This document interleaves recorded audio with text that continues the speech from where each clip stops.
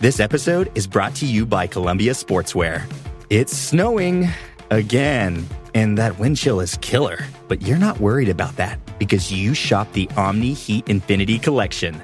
It's warmth perfected with tiny gold dots that reflect your body heat inside and protect you from the cold outside. No snow or chilly temps can stop you now. Go out anyway. Shop the Omni Heat Infinity Collection now at Columbia.com/infinity. The holidays are a time to feel and create joy. And what could be more joyous than the look on her face as she unwraps a stunning new jewelry piece from Blue Nile? How about getting 50% off your purchase? Blue Nile offers premium quality, priced below traditional retail. Their online experts are available 24/7 to answer any questions and make sure you've picked the perfect gift. For a limited time, you can get 50% off at BlueNile.com. That's 50% off at BlueNile.com. Apple Gift Card is a practical gift that unlocks a world of entertainment and fun. You can send it via email or give a physical card to your loved ones. Your friends and family can spend it on their favorite Apple services, including Apple subscriptions. Apple Gift Card can be used to buy all things Apple: products, accessories, apps, games, movies, TV shows, iCloud Plus, and more. Visit apple.com for details and to send Apple Gift Cards to your friends and family this holiday season. Saturday. Christmas comes early. Unbelievable! Welcome to this incredible scene. Bills. To the end zone! Chargers. It's a touchdown! An exclusive NFL game. That's fantastic! Live in primetime. Wow! Only on Peacock. With a Christmas gift to their fans. They're having some fun now. Bills versus Chargers. Saturday, 7:30 Eastern. Exclusively on Peacock. Salt Lake, don't remember what year. After 1 minute, Begeman went after Roger, and he got him bad. Yeah. Nasty. Classic matchup. I got a nasty one after 1 minute. And Roger went up to Kyle Begeman and told him, and I heard it, if you have more than one touch on the ball the rest of this game here, I'm going to end your career. For 89th minute plus overtime, Kyle Begeman played with one touch. Anything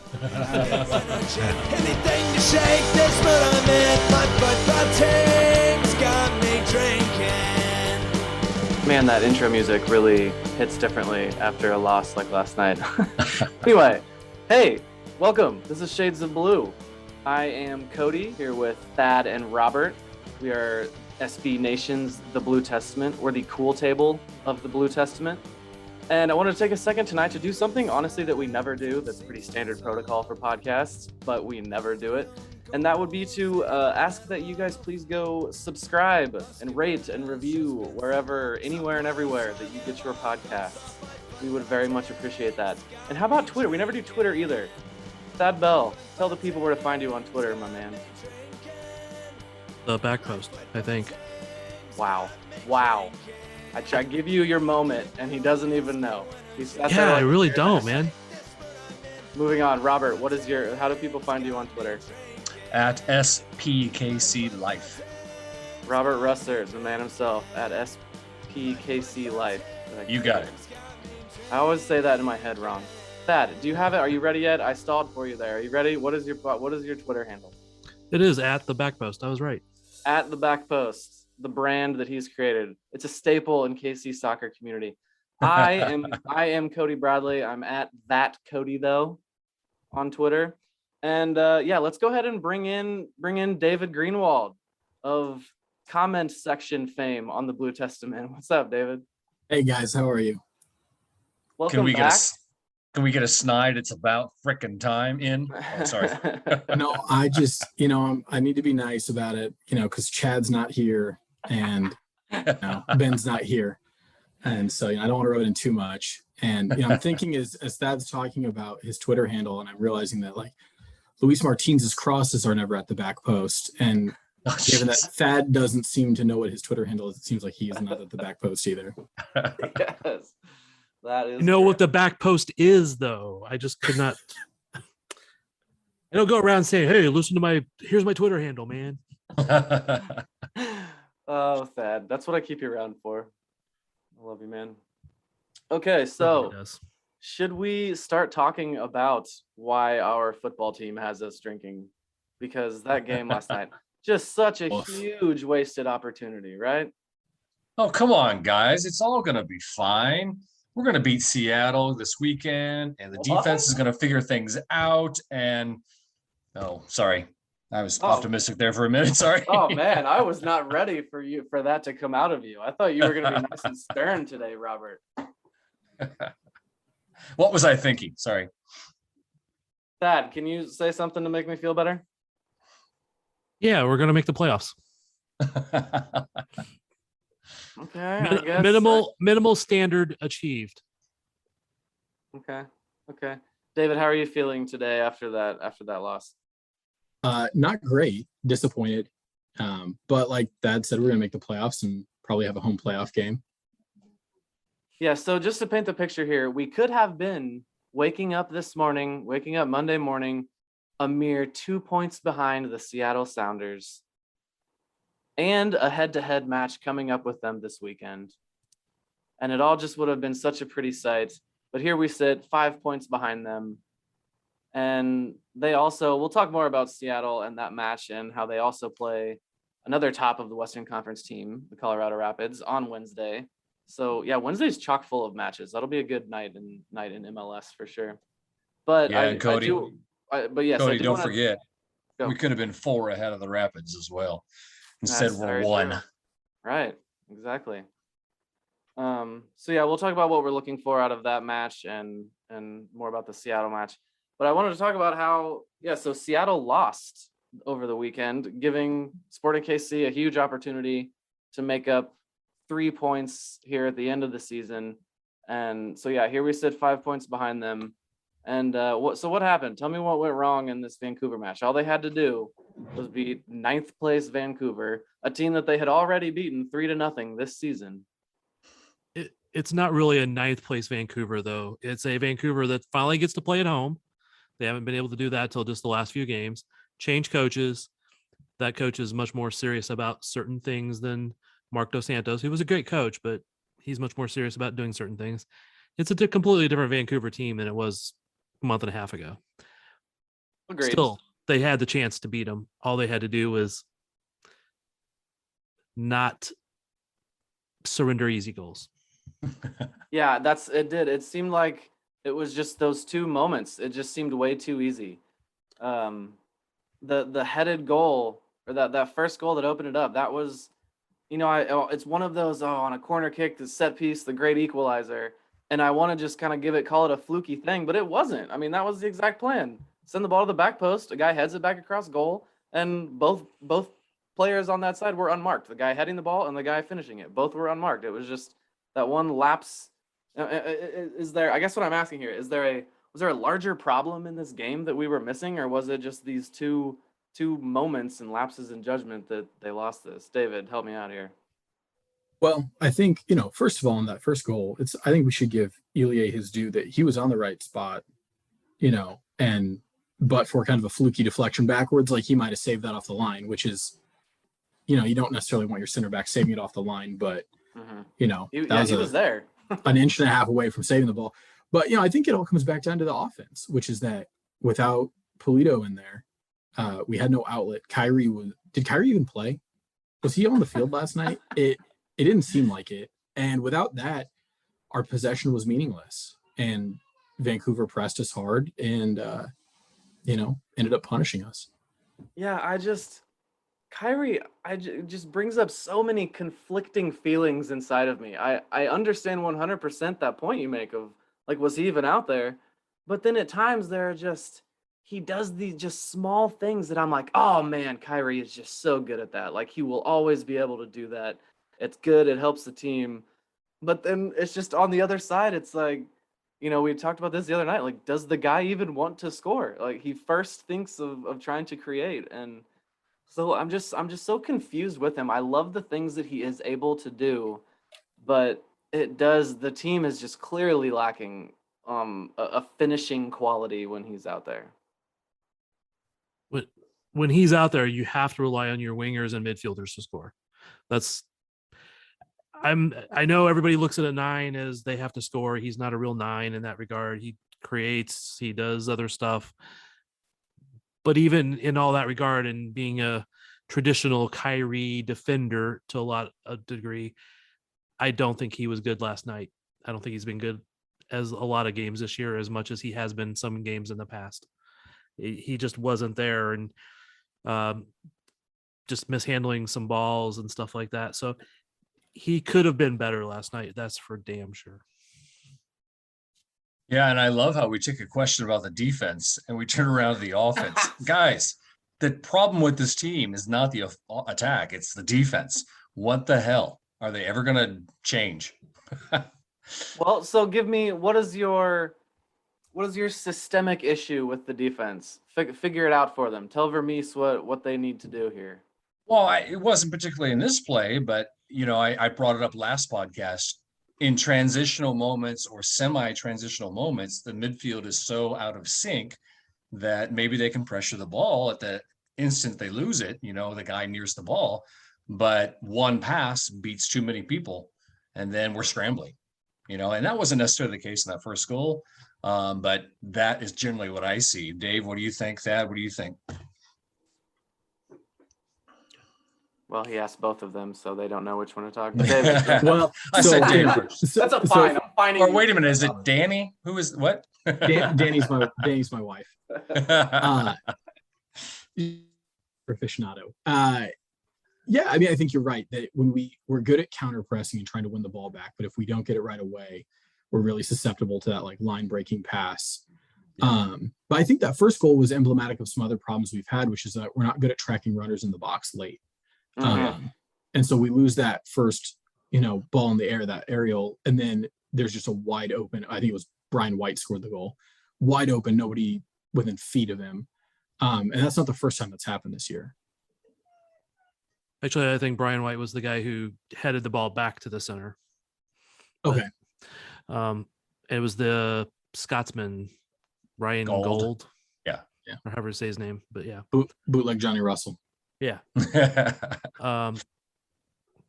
Although last night he was all right. Anyway, no, it is a problem that they have, and they don't seem to. I mean, who fixes that? What one position fixes that? Well, I mean, if you're specifically still talking about the tracking in the box thing, which is absolutely something specific that they seem to have not done well. I'm going to even say the last couple years, it seems that that's been an issue with this team. And it's weird to just talk about that as being like one aspect of defense when just staying on your man in the box, the most important part of like, that just seems like the biggest part of what defense should be. But yeah, that does that very specific thing. I know a Peter Vermees system, they have to do so much and it requires on, so many jobs, but so that is just one thing. It's just, that seems to be an important thing. No. Go ahead, Robert. Oh, I don't have. I'm sorry. Is my hand still raised? I didn't take it down. Okay, Robert, sorry. that's 2 fines. He's fined twice today. Leaving his hand raised. That's another fine. I was just gonna say that goal wasn't a defender not marking somebody in the box. They really actually had positioning okay there. It was that guy who came in late, and that needs to be either the D mid. In this case, it was Maori, or another midfielder. Probably would have been Voltaire, or somebody like that who should have been there. That's where that goal was a mistake. And the second goal was pretty much primarily just somebody not stepping out there. And I don't remember who was closest, who should have been responsible for that, but somebody needed to step a little closer so that he didn't have a free shot. It wasn't that great of a shot. It wasn't a real golazo. It just slipped through, and Tim doesn't see it till he makes the dive, but it just slides in. So those are simple little mistakes, but they're mistakes that shouldn't be happening. I shouldn't say they shouldn't be happening, but they shouldn't happen as frequently as they do. I would like to talk about Maori for a second. That's another player, more so than Khiry, that to me, it was like, was that guy even out there? It just seemed like I never heard his name a lot. Admittedly, I was, these 9 p.m. kickoffs, and Cody gets up at early in the morning to get on calls with Europe for a crypto company. So I was fading here at the end of that. But am I wrong about that? Was Maori pretty silent in this one in the midfield? I don't think you were wrong. I just don't think that was a game that you're going to see much out of him, because Vancouver had, I don't remember the number of shots, and I'm sure somebody will correct me here in a second. Oh my God, he is just racking up the fines today. You've equaled your season total today. That's a hat trick. I had my volume all the way down. Sorry. He's listening to TikToks. Oh, and it did it again. Oh my God. This is I'm throwing the thing away. What a This is great. This is great. It buys us time for the stats. Vancouver had 9 shots, 3 on target. So not a ton of shots. I mean, it was a fair amount of shots. Their expected goals, I think, was probably close to 2 since they got 2. But obviously the one was directly on target. The other one slipped through. All I'm trying to say is I don't know that they created a ton of chances. So defensively, they didn't give them a lot of easy shots. But the 2 they gave, one easy shot could have been blocked. The other one slipped through traffic. That's really where the lack was last night. It wasn't like, oh, they just didn't play good defense. It was just those little momentary, like, they needed to close things down. And I don't know if that's because they haven't played in 2 weeks, but other teams have had that problem too. But as we saw, all the top teams pretty much lost in this last round of games. Right. Outside backs. Are we happy with Martins and Zusi? Are they, or is that a change either of you would like to see? David scrunched his face up at that a little bit. Yeah, he wants to. He just go for it, David. Yeah. well, I mean, do we have an option though? Like, exactly. That's what. Yeah, exactly. Jalen is still hurt, I guess. Yes. I'm on camp free Amadou. I don't know what he did to get in the doghouse so bad, but I mean, we don't really have another option. That said, Zusia, he was fine. Martins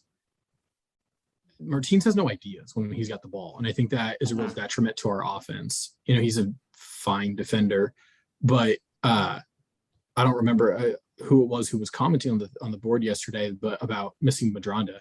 Madronda was an excellent 1v1 defender. And as, we'll find from MLS goal of the year, can really, rocket a ball into the net. And Martins just doesn't have it. But it's too late in the year to fix it. We're kind of stuck with who we got. It's really interesting that you say that about him not having any ideas going forward, because I remember vividly his first game and thinking that he did seem really creative and really eager to go forward. And I was interested to see him develop that and develop some connections with the rest of the team.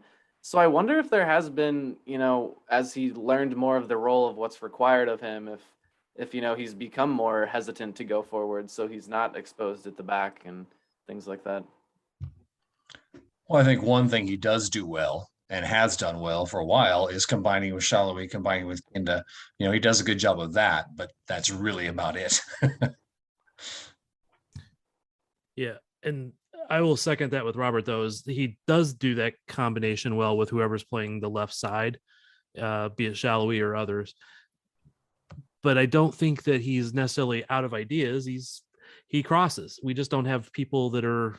He's not the greatest crosser. I mean, he's at times he'll whip that thing in and it's not bad. But we also don't have the traditional big tall guy in there to head it in. So I don't think Martins is there to be the guy who whips it in, although he does it more than I would like it.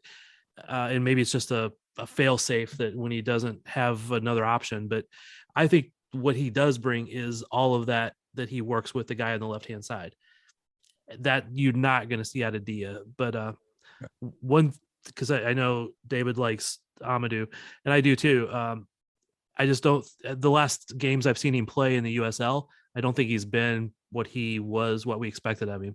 Maybe he steps it up if he's back in an MLS game. I don't know.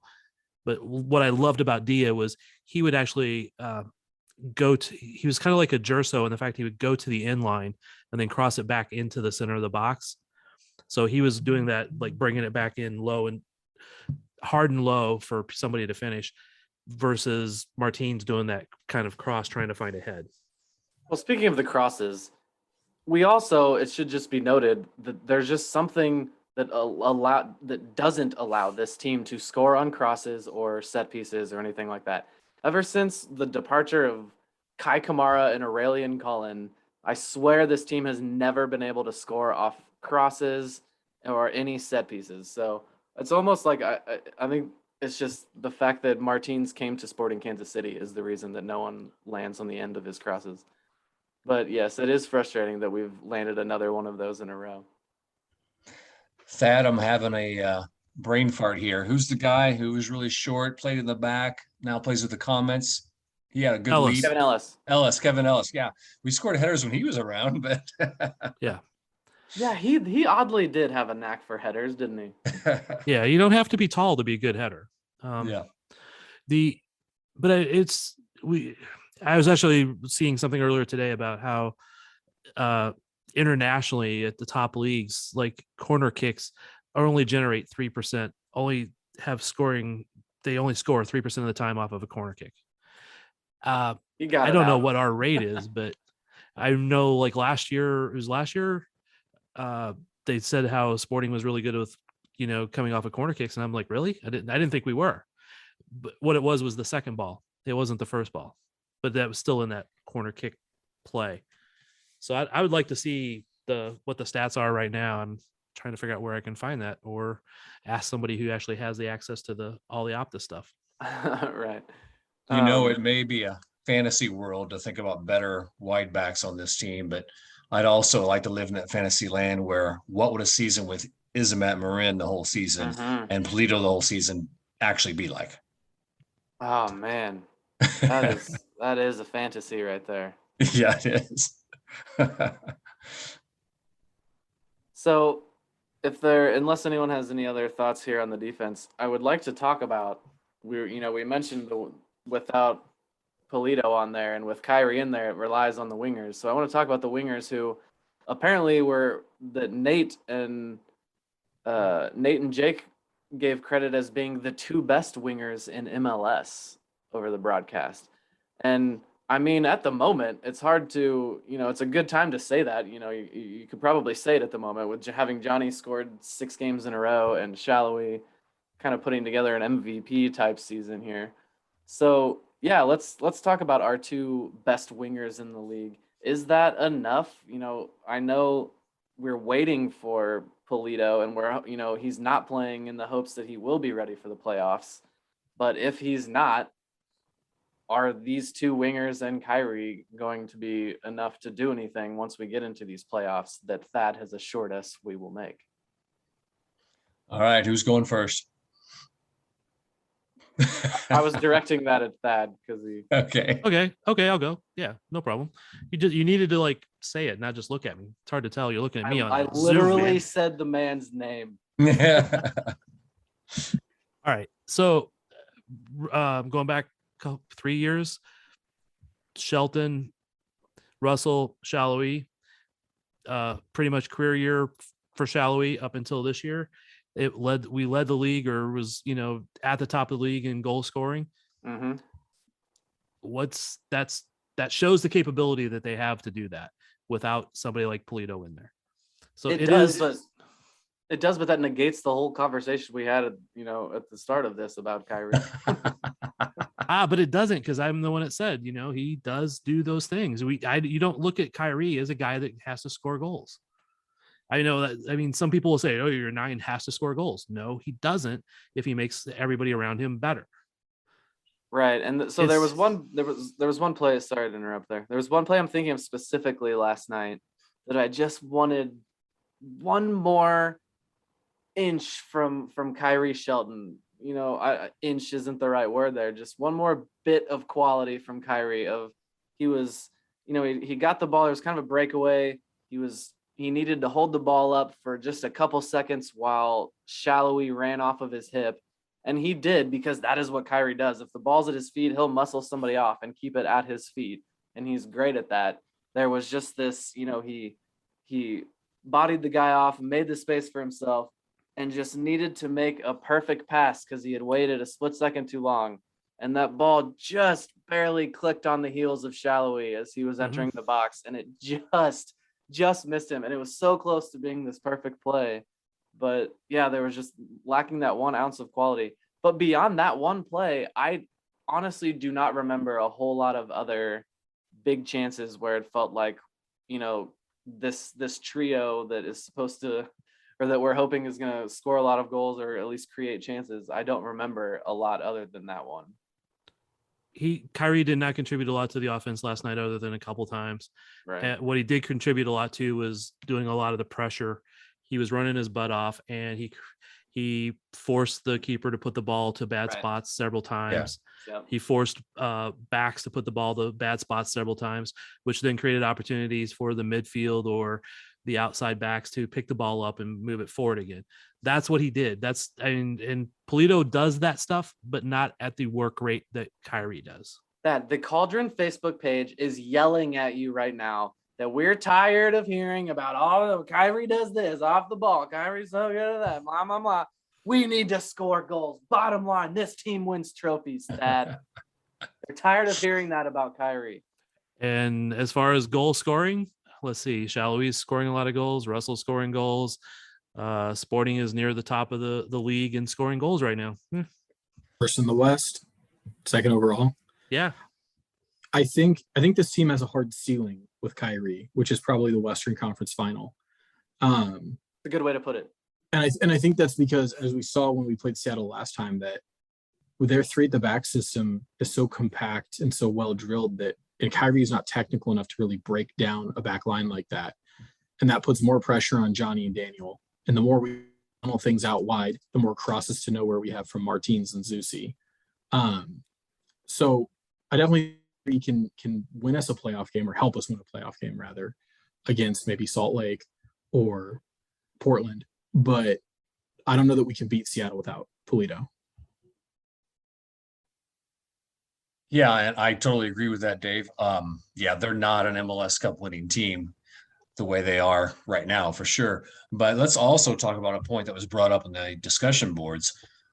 We're really missing someone like a Busio in the midfield right now. I mean, Kinda can do what Kinda does, but Voltaire and Mari just don't bring the dynamic play that a Busio did. And that's hurting us too. Teams can focus more on Shallowy and Russell as a result, especially with Shelton up front. Yeah, I know those aren't exactly hot takes that, hey, the $10 million player that left in the midfield and they're missing that player and missing the $10 million striker is hurting the team. But no, those are valid points to be made. There is a ceiling with if Pulido's not going to be on the field. And if he is, then I see no ceiling. And I think that, they could compete with any team in MLS. Once he's back in the groove. Yeah, he hasn't been too great in his spot starting or stop playing. A groove. He's back in the groove. Yeah. A groove. Yeah, that's the key there. And when was he last in a groove, Robert? He hasn't been in a groove for half of the year. I wasn't saying he was. Just he needs that time, and he's not going to get it, is he? No, he's not. And that's I will be pessimistic. I was optimistic earlier, saying that they'll make the playoffs. That's not a problem. I still believe that. But I'm now pessimistic that we see Pulido at his best this year. Yeah.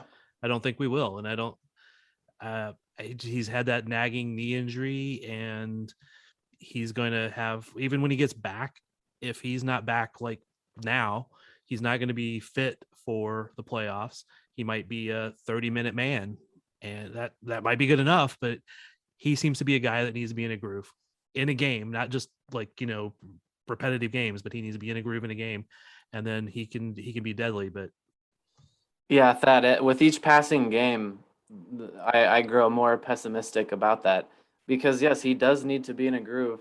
And I wanted to get to this conversation because we had the idea to have Peter Vermees on here and ask him some of these very questions. And then that week, he joined Grant Wall and did the Grant Wall podcast. And it was actually a very good listen. They talked about it. Literally, I had things written down, and it was like Grant Wall stole that list and asking these questions. Anyway, well, now I forgot what you were talking about there, Thad. Pulido being in a groove, being back at all. Right. Yes. Of Pulido there, he was mentioning they're being very careful. The goal there is to make some of these players available for the playoffs. And that is the goal. That's what they're doing.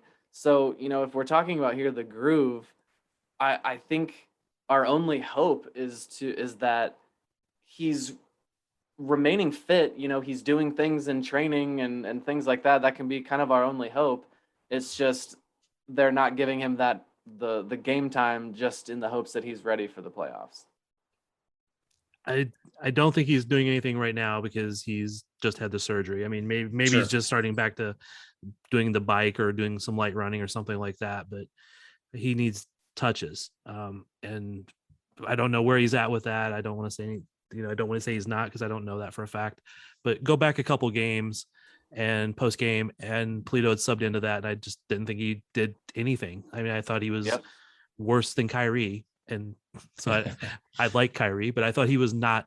He had like maybe 2 good touches in that 30 minutes he played, and the rest were terrible. And I don't say terrible, but not good.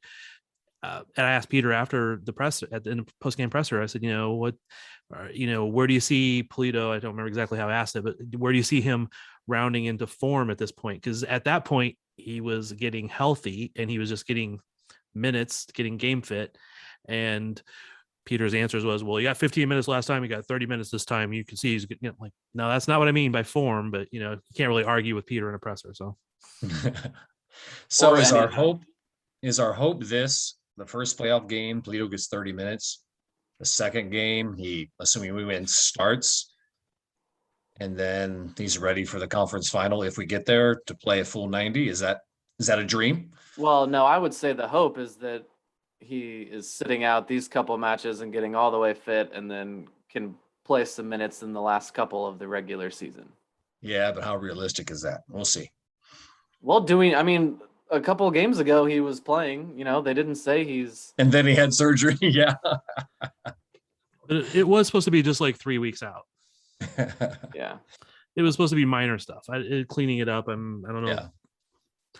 No detail on exactly what it was. So going by the timeline we were originally given, he could be back in like 2 games. Could be. Yeah. Could be. I am in no way going to say anybody is not telling us the truth or trying to gaslight us or make it whatever. I mean, I'm not coming up with the right words, but I have little faith, and that's just my pessimism based upon past history, that he will be totally game fit and back in form by the MLS Cup. Sounds like a dream right there. So we have covered this game pretty thoroughly here. We're like 30 minutes in. I say we split this up into 2, and we can talk Seattle in hour 2, so to speak, of the podcast. Sounds good. Cool. Okay. All right. So we will take a break and we'll be back.